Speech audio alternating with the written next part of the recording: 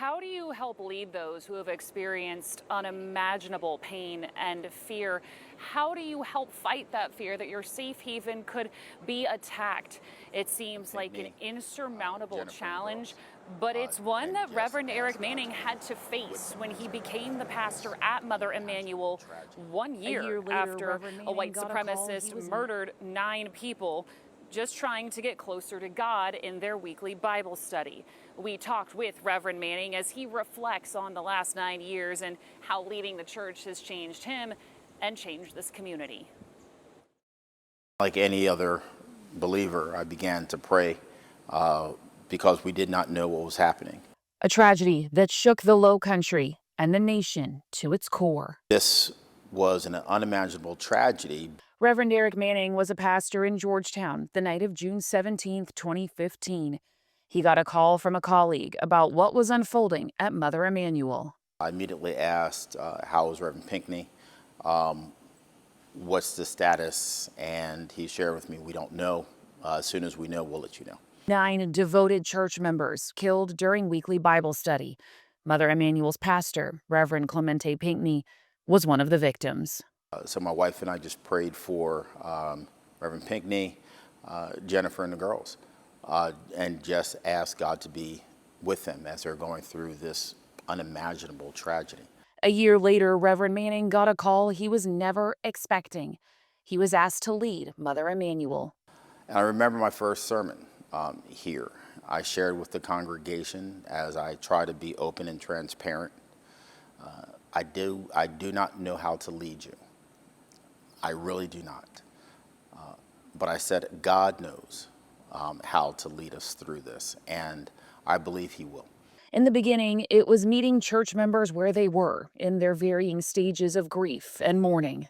I remember one of the Bible studies we started, and I didn't call it for Mother Emanuel members only, but we had a Bible study on Tuesday that examined what do you do when your place of worship, your sanctuary, has been violated by the enemy. What do? You have given the members the permission just to be in whatever space they are in, process however they need to process it. And you know what? It's okay. It's okay even if you haven't forgiven. It's okay even if you're still doubting. It's okay. God is able to answer those questions. 10 years have come and gone, but the church has grown stronger. When you think about Mother Emanuel's history, just resilience, continue to persevere. And as we've said a few years ago, to continue to be a light in the pathway of darkness, to continue to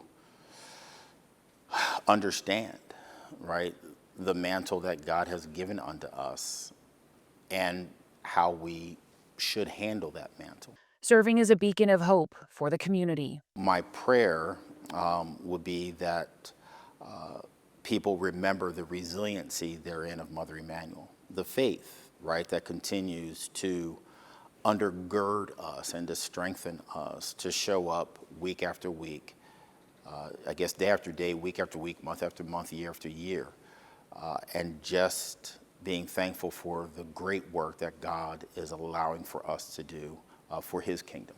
And for Reverend Manning, the past 9 years in Mother Emanuel have shown him the light. I'm immensely grateful for every opportunity that God has given unto me to grow in these past 9 years.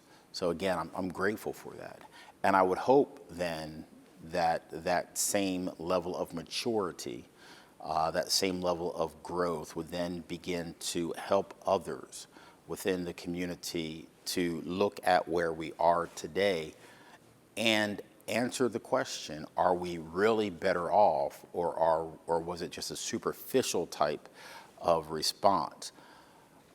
And his message as we mark 10 years since the tragedy is one of hope. I would encourage people to just be patient, to not grow to a point of despair, and to not lose hope. As I often said, and I believe is a great saying within the Black church, while I breathe, I hope.